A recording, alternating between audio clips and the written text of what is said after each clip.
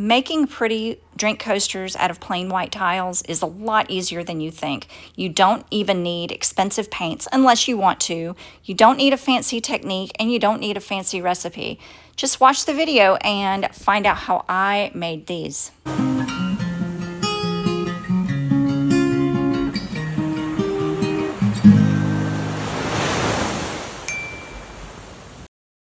I am going to be using my bed of nails today. And if you don't know what this is, I will have a link in the description below on what this is and what I use it for and how I made it. This basically is a board with nails, and it's going to support the coasters just like that. And it's going to allow it to drip. And then I collect the drips and make, I don't know, some cool abstract art. So there's lots of ways you can do this. You can use little cups. You can support them on cups, let the paint drip, whatever. You're still going to have a mess. So why not collect the mess and make something cool? So that's what I'm going to do. I am going to clean my coasters. I already have my paint in my cups. I'm using, this is a Joann brand beach glass. I've mixed it 1-to-1 with Floetrol. Now, if you don't know what Floetrol is, this is an American Floetrol by Flood. It is a paint additive. Okay, I don't have an exact formula for my mixes. You can mix it with water. You don't have to use Floetrol. What I like about Floetrol is it does make the paint extend. So you basically are extending the volume of your paint. It doesn't lighten the color. And if you need to add a little bit of water, you can do that. I haven't done that yet. But I want the consistency of warm honey. I'm just gonna add a little bit of water.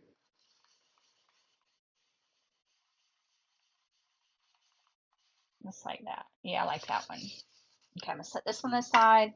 And then I'm using Dollar Tree paints. This is Dollar Tree Deep Blue, Dollar Tree Teal. I really like the vibrancy of these colors. And this Dollar Tree Turquoise is really nice too, although it's very much like the teal. But anyway, you don't have to spend a lot of money to get, nice colors.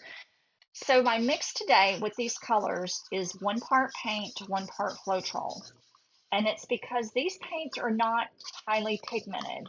So if you add too much Floetrol, then what's going to happen? You're going to break the binders in your acrylic paint and you're going to get cracks and just, it's just not going to look nice. So 1-to-1. If you have a highly pigmented paint, like a really high quality paint, like an Amsterdam or Liquidex, oh my God, I can't talk today. Amsterdam or Liquitex or Artist Loft, you could probably go 1 part paint to 3 or even 4 parts Floetrol and a little bit of water. So let's add a little bit,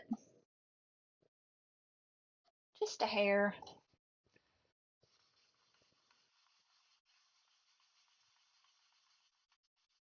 And then the Floetrol is also going to give you some nice cells if you want it without adding silicone.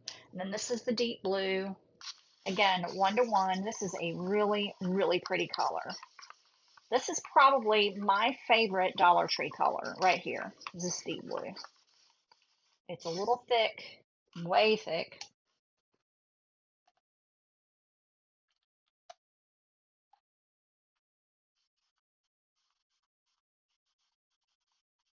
I don't want it like pancake batter. Nice and gloopy. A little bit more. I want it like warm honey.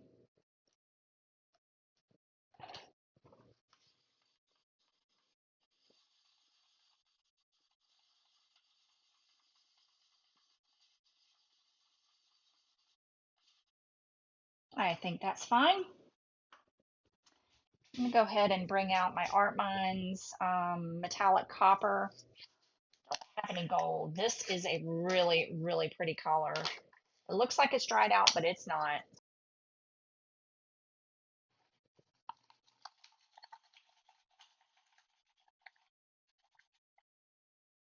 You don't need very much of this at all. At least, ooh, not as much as my other paints.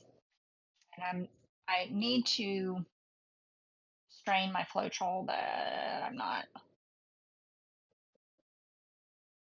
So I can add a little bit more Floetrol to this one. I'm going to go ahead with a 1:3 ratio because that paint is highly pigmented.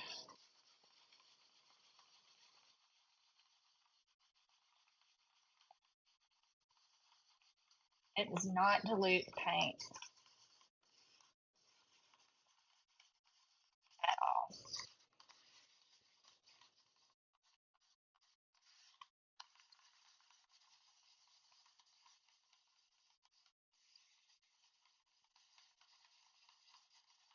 All right. And the white is a heavy body acrylic by Saks. I got it on Amazon. I got a really good Amazon Prime Day deal. This is the titanium white. And what I like about the heavy body is if I need a really textured finish, I can use it as is out of the bottle. But if I want it for fluid, if I need it fluid, then I mix it in this bottle, 1 part paint to 3 parts Floetrol, a little bit of water in this bottle, and it's ready to go because I use a lot of white. Twisters, I'm going to go ahead and prep with some alcohol. Now comes the fun part. All right, so now we put the paints on, and there's no formula for this. There's no right way or wrong way. So this is going to be kind of like my pillow paint. I'm going to do 2 at once, but I'm only going to put the paint on 1 tile. So I'm going to put a pillow.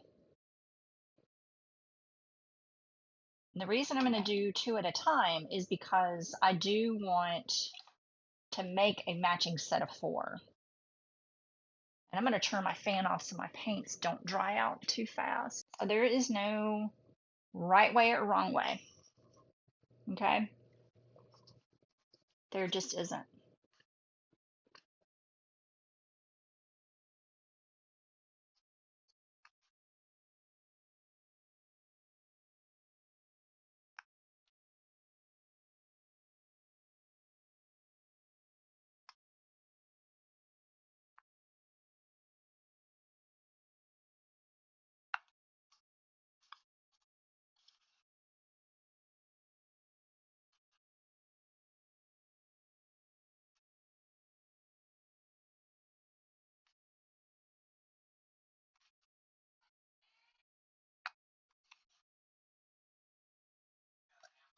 Okay? I think it's the knives.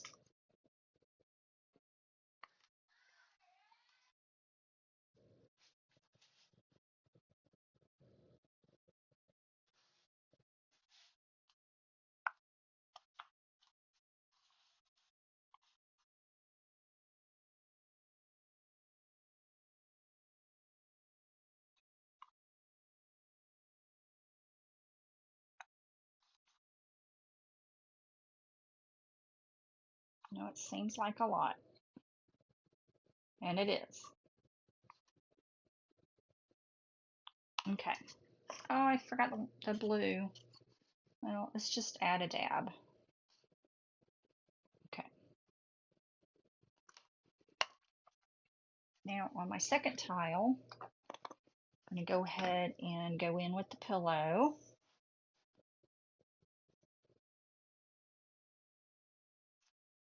Which is more like we're greasing the pan to make cookies or muffins or whatever floats your boat. Oh, I need to get my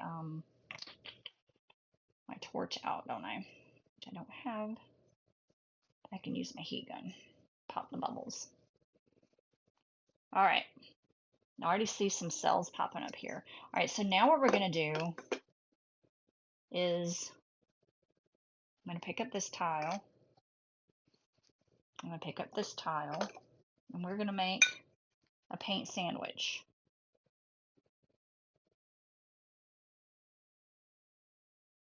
But I'm going to let it drip over a blank tile.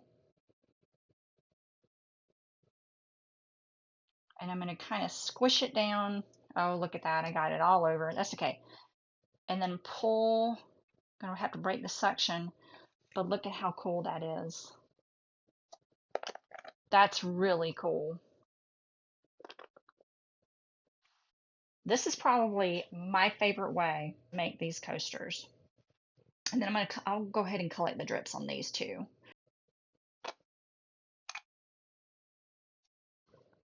Okay, I'm going to collect the drips right there. Just going to squish, press just a little bit. I'm going to go ahead and do my edges. It's not an exact science. That's the nice thing. Flip it over maybe. There we go. Wow, look at that one.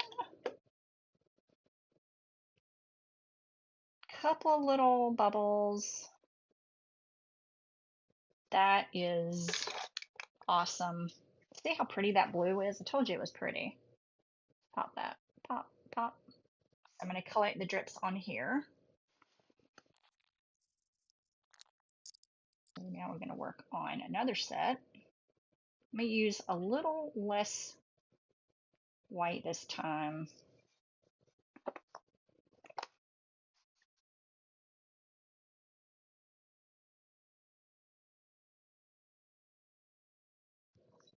All right, so what I did on this second set, when I squished the two tiles together, I did go ahead and doctor my edges. So these, the edges are nice and doctored. This one is not.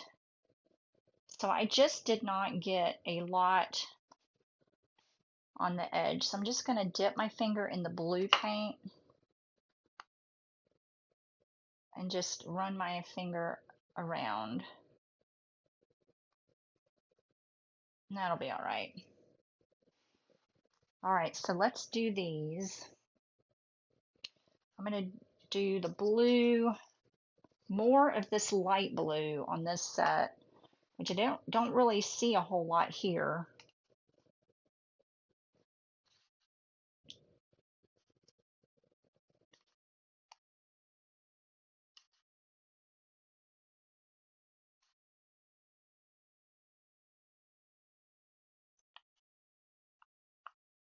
And I'm going to try layering it on top.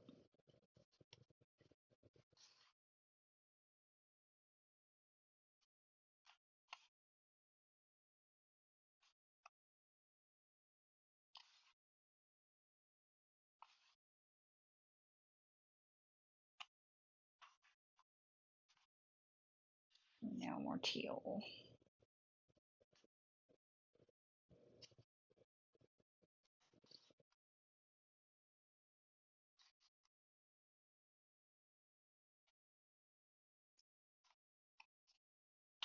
And I do like this gold. I mean, I do like it. It's not gold. It's what do you call it? Copper. All right.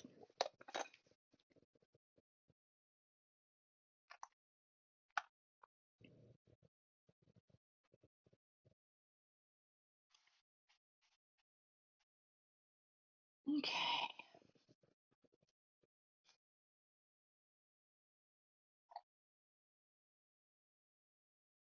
Go ahead and get my edges. I'm not pressing at all. I'm just letting the weight of the tile kind of take, the paint. And then last time I flipped it over and separated them.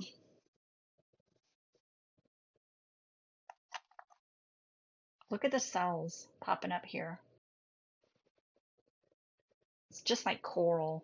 These sell really, really well, it shows. Really well. That one is not very level, but that's okay. I know I'm smearing the paint on this tile, but it really doesn't much matter in the end, just as long as we have something on the tile before we squish them together.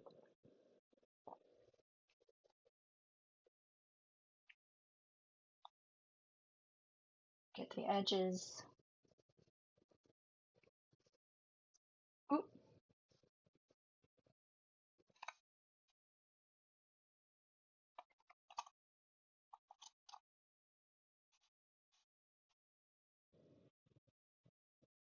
I'm loving that one. And then this one. Really all of them. Wonder what it would look like if I just added to that. We're going to find out.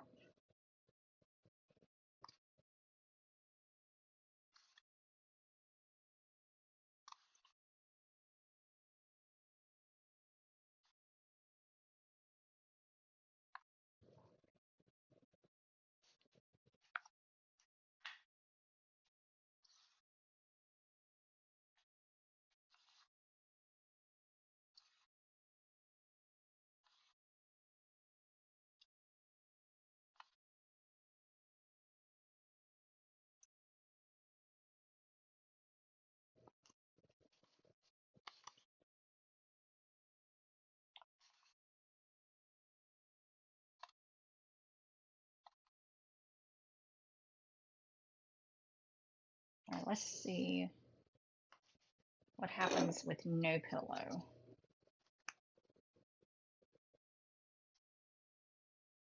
A little squish, squish. Rub the edges.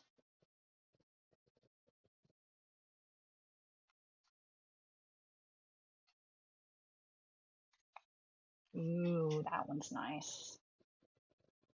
That one's really nice.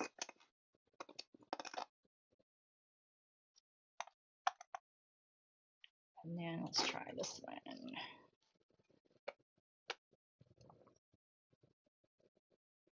And they keep dripping on the other ones. That's still kind of cool.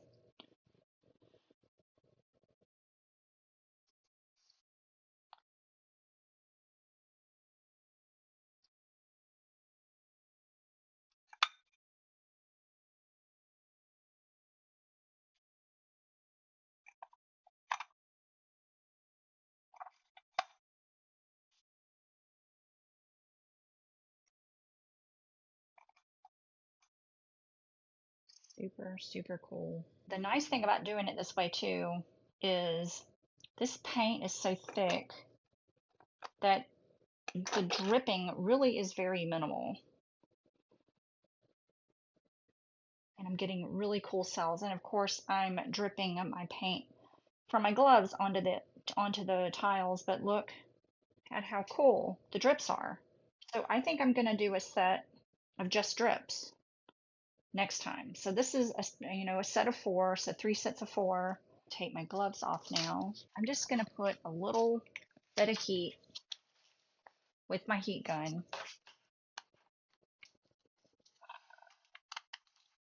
Low heat, low air, and all I'm doing is popping bubbles. And this may help some of the cells to come up.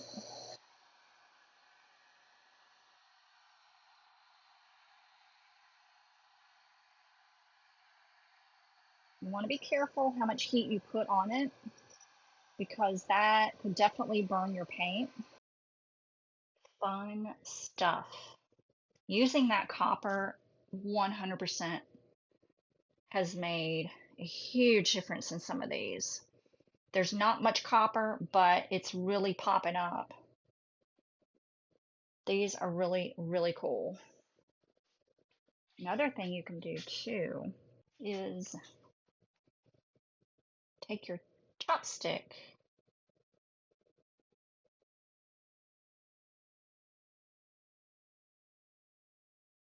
and draw some swirls.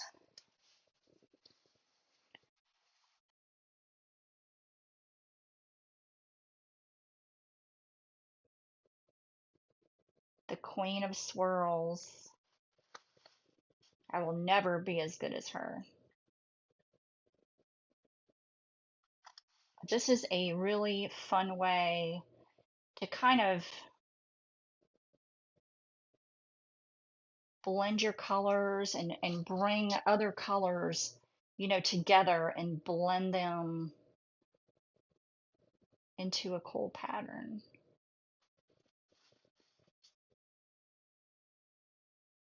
I'm going to try, there we go. See, the paints are layered, so as you drag and make your design, you are introducing those colors in to the next layer. So I'm going to try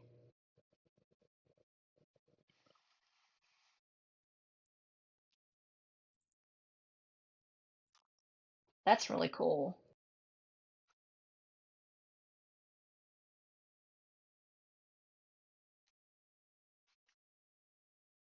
Oh, that almost looks like an octopus, doesn't it? This one is begging for a swirl. So my chopstick, I am kind of digging down a little bit to try to get into some of those paint layers. I'm gonna leave this area right here, except for maybe that's a big blob of something there. Let's get rid of that. Oh, I'll just leave that. So just kind of scraping as I swirl.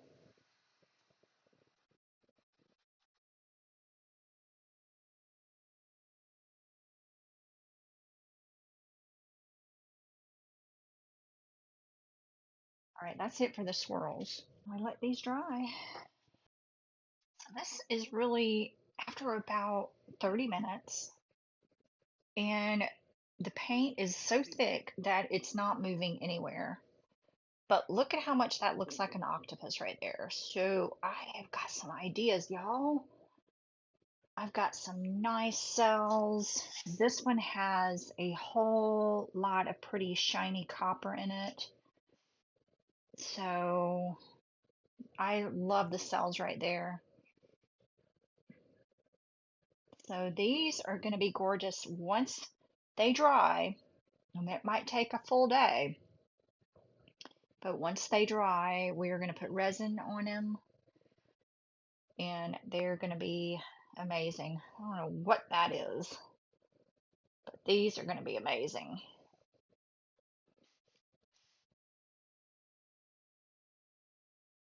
These turned out so good. Like, I am so happy with these. So now what I'm going to do is I am going to put a coat of resin on.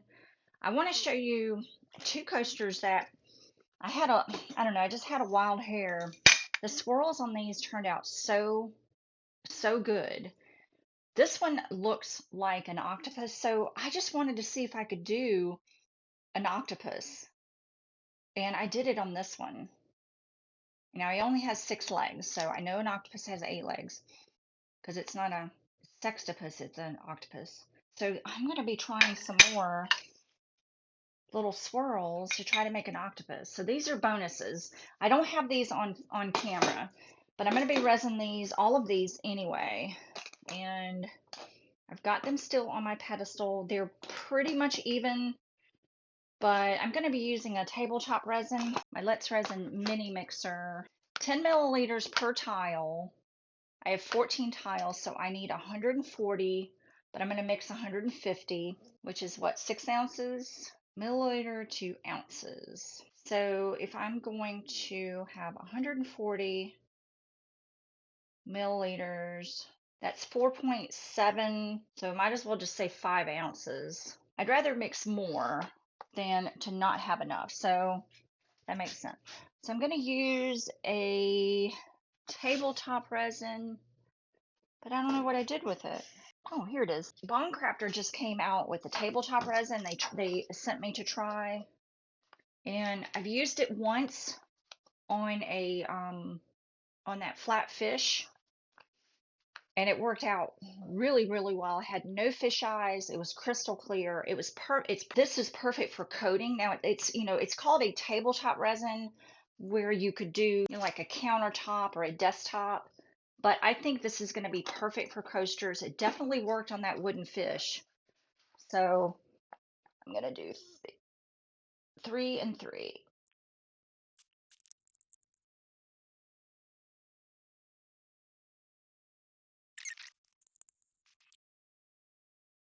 And I'm just going to take a paper towel and wipe my paddles clean.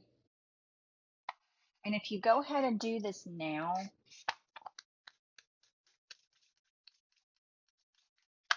you won't have a great big mess to clean up afterwards. Just go ahead and clean it now while it's wet. It's so much easier than peeling it off because it doesn't peel off very easily. That's the downside. If there is a downside, that's the downside. And to put the resin on, you can use a little spatula if you want, but I find the easiest thing is just to use your gloved hand. Make sure you don't have any dust on these, but that's the easiest way to do it, honestly. But I think I'm gonna pour, I don't know, I think I'm just gonna pour a little bit on each one, maybe do 3 at a time. Oh my God, you know what I didn't do? I didn't stir. I always make another stir after I've mixed it, just to scrape the edges. I don't know if this is really necessary, but I like to do it because that way you're not having any little sticky areas. You've got everything mixed in really, really well. What I like about this resin, it is thick as cow snot. So, all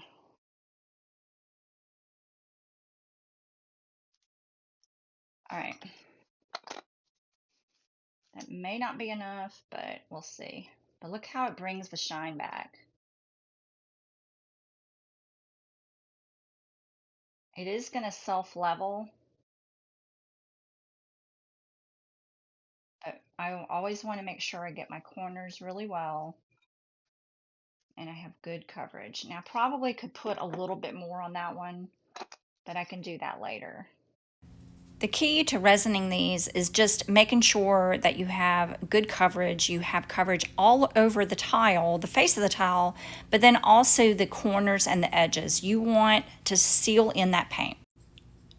And I had plenty of resin left over, so I just used the rest of it, just drizzled it on top of the tiles, and I'm going to allow the resin to kind of self-level. Then I'm just using my heat gun on low heat and high air just to pop the bubbles. You don't want to put too much heat on it because you could burn your resin. Okay. While we wait. I am so thrilled with how these turned out. I am really, really happy with this resin. These are spectacular. So I do have a couple of these. I do have some fish eyes. They're not very noticeable at all. There's one right there. And it's probably completely my fault for either touching the coaster. So that is totally my fault. So I have very, very few drips on the back. Now, I know a lot of people do tape the backs of their tiles to avoid, the drips and avoid getting paint. I mean, taping is just too time consuming and I don't like doing it. And it wastes a lot of tape. So what I'm going to do, I'm going to take these outside and use my rotary sander to just sand off these drips. Now you can use a Dremel, you can use a hot knife, whatever you want to do. There's a lot of different ways you can finish the back. Some people tape, some people use liquid latex, which you have to wait and let it dry. And then some people use Elmer's glue, which you also have to wait and let it dry. But I'm just going to go ahead and sand these off. I'm going to take them outside. Really, really happy with this resin, y'all. This one's absolutely perfect. Oh my gosh, look at that. It is like glass. So this one has some fish eyes. And what I'll do with these probably, this one's perfect. What I'll do with these probably, the ones that have fish eyes, I may do another flood coat to correct that, or I may just put these in the oops pile and sell them as an oops at a discount. But look at that, look at my octopus ones. How cool. All right, let's get outside and get sanding. All right, so all sanded and cleaned. Now I'm going to put,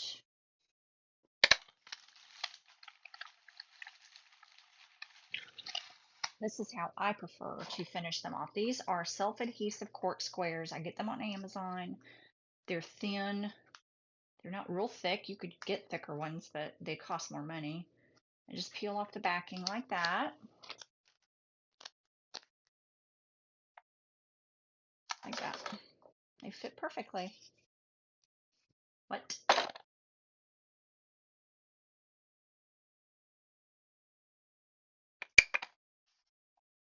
These almost fit over the whole tile. They are a little bit small, like just a hair, but they cover, I think they cover the most important part, so that doesn't look bad. I like it. Aren't you glad that I fast forward through all these boring parts? Okay, so I'm gonna give y'all a close-up of each one. I absolutely love this look. This is the easiest way that I have found to make a lot of coasters really quickly, um, and make them each very unique and different. And it's so easy. I really love this resin. Now like I said, I have some, some fish eyes and some uneven spots. I will sell these at a discount. I probably, um, I probably would sell these in sets of, I got a little rough spot right there. I'll get that. But I probably would sell these in sets of 4, for I think $20 for a set of 4. The ones with the fish eyes, I don't know yet. I'm trying to decide. But see how I got really good color on the edges too. So it really pays to pay attention to your edges. The swirlies, I love the swirlies. This was I think a great decision to use the tabletop resin, the Bond Crafter tabletop resin. I am really glad I love that. See how the pattern just flows off the edge. But the Bond Crafter um, tabletop resin I think was a good choice because it allowed me to keep the resin where I wanted it. I think this is one of my favorites. But it allowed me to keep the resin kind of where I wanted it. It didn't drip as much. It's really thick. And it cured pretty quickly too. This I think was I don't know, an 8-hour cure, but really love the edges on these. This was my little experiment octopus. So happy, y'all. Really happy. I think adding the copper really added a lot of depth. So let me know which one is your favorite. I really love how the color flows off the sides.